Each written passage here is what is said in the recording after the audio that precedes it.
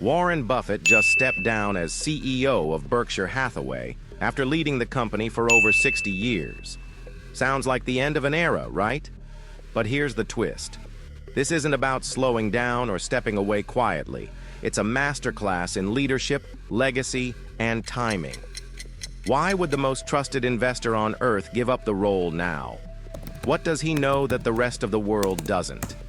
In the next few minutes, you'll uncover the real reason Buffett chose this moment, who he's handing the reins to, and why it might be one of the smartest decisions of his career.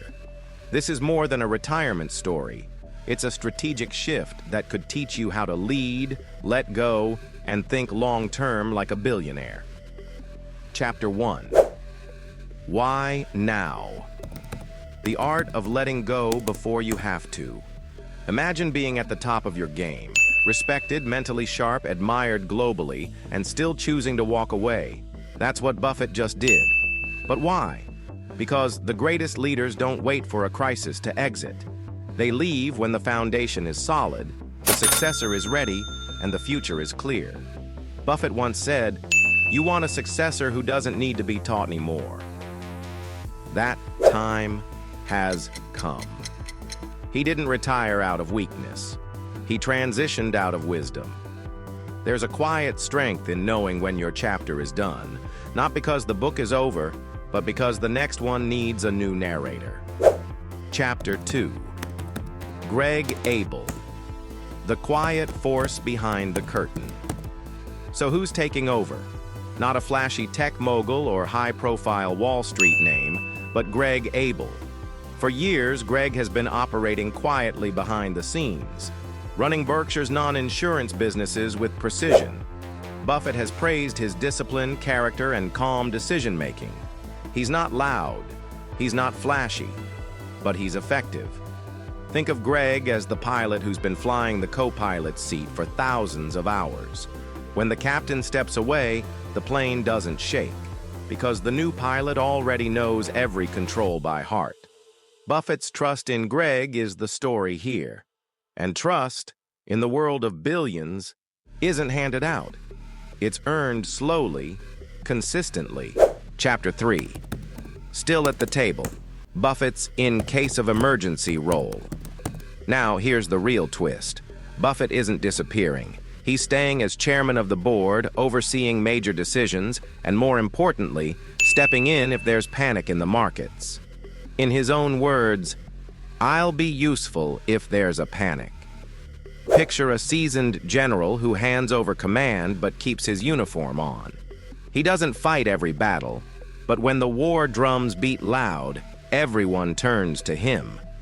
Buffett's presence isn't about control, it's about reassurance. For investors, that means the wisdom that built Berkshire is still in the room, just no longer at the head of the table every day.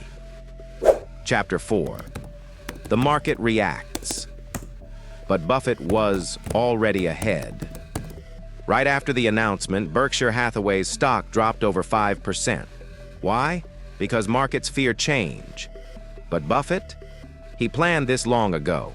He's already adjusted his portfolio, moved away from banks, and into stable cash flow businesses like consumer goods and alcohol companies. That's not panic, it's precision. This is what separates emotional investors from strategic ones. Buffett doesn't react to headlines. He moves based on cycles, cash flow, and value.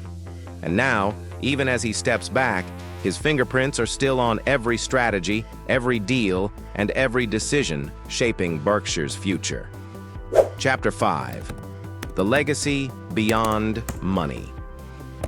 This isn't just about stocks and CEOs. This is about legacy.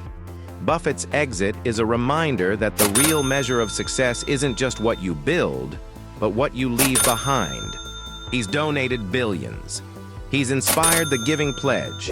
He's taught generations to invest, think long-term, and never stop learning.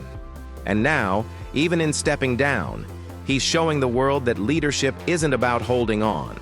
It's about letting go with purpose.